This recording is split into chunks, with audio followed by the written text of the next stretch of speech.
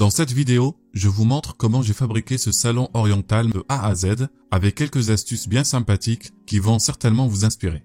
Le salon que je vais fabriquer est pour mon jardin, mais ce tuto est valable aussi pour tout type de salon. Donc je profite de cette vidéo pour vous faire un bilan de mon projet de réaménagement de jardin que j'avais réalisé il y a quelques années. Comme vous pouvez le constater, l'ensemble du projet a bien tenu, pourtant il a subi un climat très compliqué avec de la pluie régulièrement et même une mini-tempête qui a touché la région, et malgré ça, les seuls dégâts constatés sont quelques panneaux endommagés. J'ai toutefois décidé de faire quelques retouches et modifications avant de fabriquer le salon. Après réflexion et suite à vos différents conseils, j'ai décidé d'enlever la séparation que j'avais installée devant la fenêtre, et effectivement, ça fait plus aéré comme ça. Je change également une partie du sol de la terrasse qui commençait à s'affaisser à force de passage. En même temps, je me suis rendu compte qu'elle ne reposait pas sur un support, et donc ce genre de problème était prévisible. J'ai ajouté des supports pour plus de maintien, et j'ai changé les parties de sol que j'avais découpées. Je redonne un coup de peinture à l'ensemble de la structure en bois, avec une peinture spéciale pour bois en extérieur, puis je repeins le sol de la terrasse avec une peinture spéciale pour sol. Une fois les peintures sèches, je passe à la fixation des bâches que j'avais fait fabriquer sur mesure, pour protéger et gagner en chaleur l'hiver, et pour pouvoir profiter de la pergola plus souvent tout en étant à l'abri. J'ai demandé pour avoir une partie latérale fixe mais transparente pour mieux faire entrer la lumière et la partie en façade avec deux grandes ouvertures pour permettre de mieux circuler et pouvoir les déplier ou les replier selon les besoins. Pour les panneaux, hormis les dégâts esthétiques, ils tiennent bien et remplissent toujours leur mission. Donc pas besoin de les enlever, mais je les ai tout de même recouverts d'une séparation légèrement plus haute pour avoir un meilleur rendu. Avant de passer au salon, je rajoute la dernière touche qui est une découverte et aussi mon coup de cœur de cette rentrée. Il s'agit de panneaux solaires de la marque Beam Energy. C'est une marque française basée à Nantes qui fabrique des panneaux solaires nouvelle génération qui ont l'avantage d'être faciles d'installation. On peut les monter et les fixer soi-même sur un mur ou même les poser par terre, donc plus besoin de faire des travaux. De plus, il suffit tout simplement de les brancher sur une prise électrique et on commence tout de suite à générer de l'énergie. Le principe est assez malin en fait, car l'électricité générée par les panneaux est directement injectée dans notre réseau et tout de suite consommée. En gros, ces panneaux vont permettre d'alimenter tous les appareils qui sont branchés constamment et qui consomment de l'énergie en continu, comme les box internet, les PC, les ampoules, le frigo, ainsi de suite. Alors ça fait plus d'un mois que je teste ce kit. Déjà, mon jardin n'est pas idéalement orienté, et malgré ça, j'arrive à générer de l'énergie. J'ai remarqué que les panneaux continuent à produire de l'énergie, même par temps couvert ou quand le soleil ne tape plus directement dessus, ce qui donne un bon indice sur la qualité des matériaux utilisés. De plus, il y a une application dédiée pour suivre en temps réel sa consommation et un suivi vraiment très personnalisé avant, pendant et après l'installation des panneaux. En cette période de flambée de prix de l'énergie, cette technologie peut être une bonne solution intermédiaire et à moindre coût avant de passer à une autonomie totale. C'est pour ça qu'avec Beam Energy, on a décidé de vous offrir un code de réduction de 100 € qui est valable pour un mois seulement. Donc si vous êtes intéressé, vous pouvez aller voir les liens et le code que j'ai mis en description de cette vidéo. Je passe maintenant à la fabrication du salon. Pour ça, j'ai fait quelques plans et une modélisation de la banquette appelée sdari en marocain et qui va accueillir le matelas. Le salon n'est pas grand, donc je vais fabriquer que 2 banquettes, mais la procédure reste la même pour autant de banquettes que vous désirez. Une fois les plans des découpes réalisés, je commence par faire les découpes de la structure qui va supporter tout le poids. J'ai choisi des planches en sapin de 10 cm de largeur et de 2,5 cm d'épaisseur. Faites attention à bien choisir en magasin des planches droites, car souvent ce n'est pas le cas. Je découpe les planches selon les mesures à l'aide de ma scie à onglet pour avoir des découpes bien droites, et je les assemble ensuite à l'aide de vis sans utiliser de colle à bois. Ça reste aussi solide, et ça permet dans certains cas de s'adapter à des sols légèrement en pente ou qui ne sont pas droits.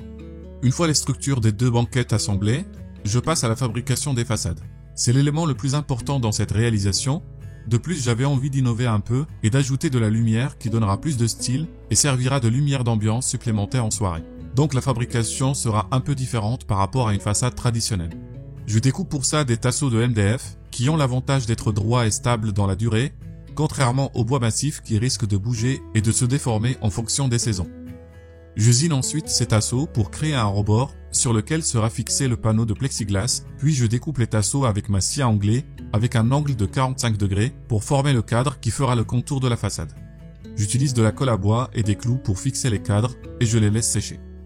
Après le séchage de la colle, Je découpe des demi-chevrons de 5 par 5 cm, légèrement plus grands par rapport au niveau des façades, pour faire reposer tout le poids sur les pieds et non sur les façades.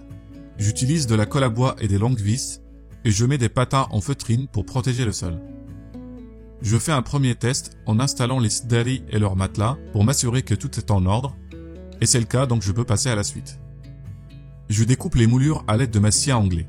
Pour les assembler et les coller sur la façade, j'utilise de la colle et des clous, et je masque les traces des clous avec de la pâte à bois. Je passe à la fabrication des accoudoirs. Pour ma configuration, j'ai opté pour 2 accoudoirs, un droit et un gauche. La méthode est identique, il faut juste veiller à respecter le sens de chaque accoudoir. Je découpe dans un premier temps 2 panneaux de MDF de 18 mm d'épaisseur chacun, et je dessine puis je découpe l'emplacement de la décoration centrale de l'accoudoir. Je creuse ensuite le contour de l'emplacement du plexiglas à l'aide de ma défonceuse. Pour supporter le plexiglas sur la façade et sur le haut de l'accoudoir, je fixe des petits tasseaux sur l'intérieur des panneaux. J'assemble ensuite les 2 côtés de l'accoudoir avec un morceau de bois qui va servir de base à l'aide de colle à bois et de vis. Je fais en sorte de laisser un écart de 7 cm pour intégrer le plexiglas ainsi que la planche décorative, et je renforce la structure en fixant la partie arrière à l'aide de colle et de vis. Une fois que la colle est sèche, je colle des tasseaux décoratifs sur le contour de la partie centrale et sur la façade et le haut de l'accoudoir.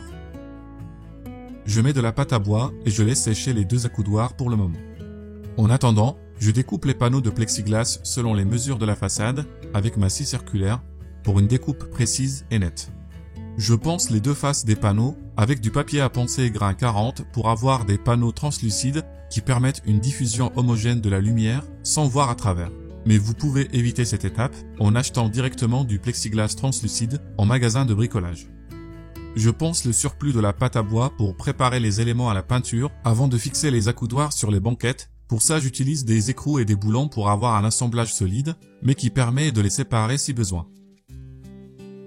J'applique une couche de mastic en spray pour permettre d'avoir un rendu homogène et rattraper les éventuels défauts présents sur les parties visibles.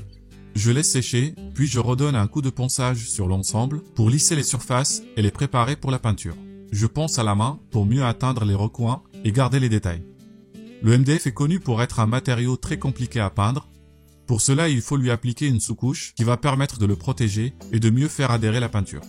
Je laisse sécher, puis je donne un léger coup de ponçage à l'ensemble pour lisser la sous-couche avant la mise en peinture. Pour la peinture, j'utilise une peinture blanche satinée en spray. Habituellement, je n'ai pas de souci avec cette marque, mais cette fois, c'est vraiment pas terrible, car la peinture à mon avis était trop épaisse et ça bouchait rapidement le caps, et donc ça envoie des gouttelettes au lieu d'envoyer de la peinture en spray, ce qui est vraiment désagréable à rattraper. Bref, je me suis débrouillé avec ce que j'avais sous la main, mais je ne vais pas vous mettre cette référence en description pour vous éviter les mêmes problèmes que moi. Au final, j'ai dû faire 3 couches pour avoir un rendu parfait.